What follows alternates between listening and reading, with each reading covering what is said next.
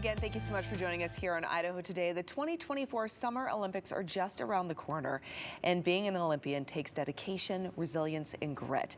Kristin Armstrong, a friend of the family here at KTVB, joins us right now to talk about the physical feats and mental battles that come with the race for gold. Kristin, so amazing to always have you. We love having you here, you know that.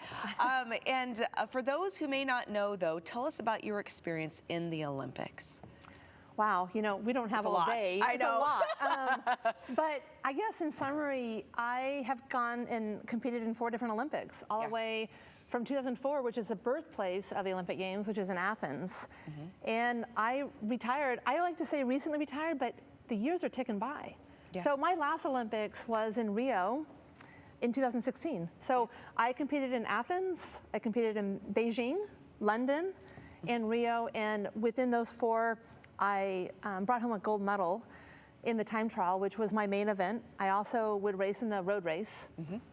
And and so now I've transitioned, and I feel like I've gone to the Olympics because I coached Olympians in Tokyo, and now I'm headed to the Olympics as a coach for 2 Olympians going into Paris. That is so super exciting, right? So you've been the athlete, and now you're also being the coach as well involved. So the Olympics are still a part of your life and in what you do. I mean, you have your beautiful necklace. I know you wear that when you come on.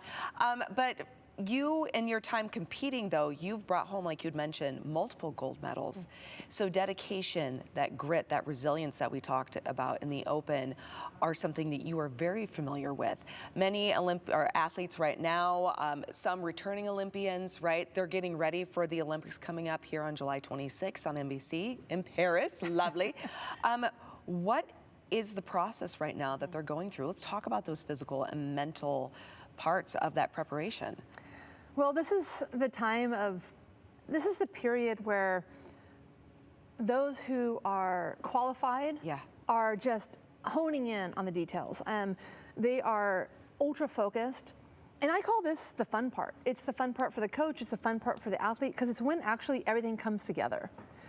It also can become the most stressful part because, as you know, the swimming Olympic trials are coming up on Friday. They begin, and you have track and field, you know, a week or 2 later that begin. And so a lot of sports are actually going through their trials, and there's still the unknown. I mean, you think about the unknown, and you think about unknown for family arrangements to be in Paris, travel arrangements. I mean, you think about the unknown of what is my rest of my season going to look like.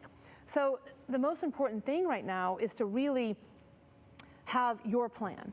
If you are getting sidetracked or distracted on things that are not in your control or the unknown, it's a lot of times when people don't come out on top, is we get overwhelmed.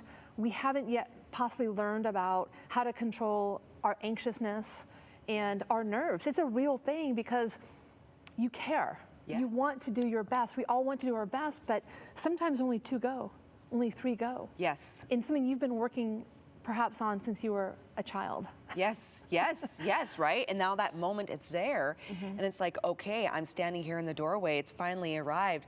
What's next? And that mental aspect is so huge, though, right? Like, you've done all these things for that physical preparation, and now it really comes down to that mental preparation, which is something that I can imagine would be beneficial for you for your entire life, right? Like your experience as an Olympian, as an athlete, doing what you have done.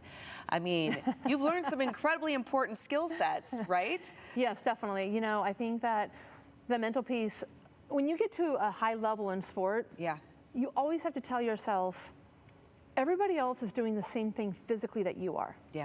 You have to show up physically at that next level. But now you have to think about, where is my mind?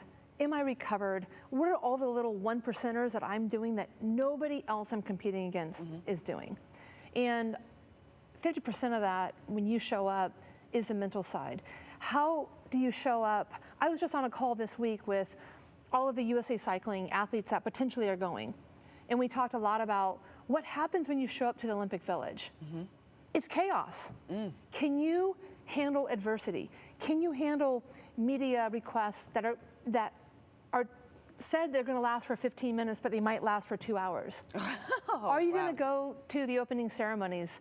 Maybe they forget to tell you that you get on a bus at 4 p.m. and you're on your feet till 2 a.m. All of these things, how do you handle that? Because athletes, we like our box, we like our way, we like our pasta cooked this way, we like our rice steamed. You have a system. Right? And so how well do you deal with adversity?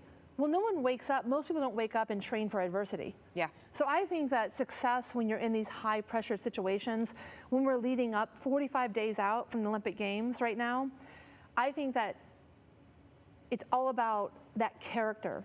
How strong is your character? What have you built? What is the resiliency? What are the things that you can do that are going to bring your best character to the table? Oh, so beautifully said, Kristin. Oh my goodness, we could talk forever about this. Yes. But you own Pivot here in town. You have 2 locations, and I know that you guys are also having some options that are kind of themed towards the games, right? Yes, absolutely. You know, of course, Pivot, one of the greatest programs that exist is a cycling program. Yes. And of course, that's all my opinion, but I just want to let everyone know that you don't have to ride like Kristin Armstrong to come to Pivot. This is for everyday person. Honestly, we are a community, we're making change. Whether you want to ride, whether you want to do yoga, whether you want to do functional training, get stronger, but change happens with community.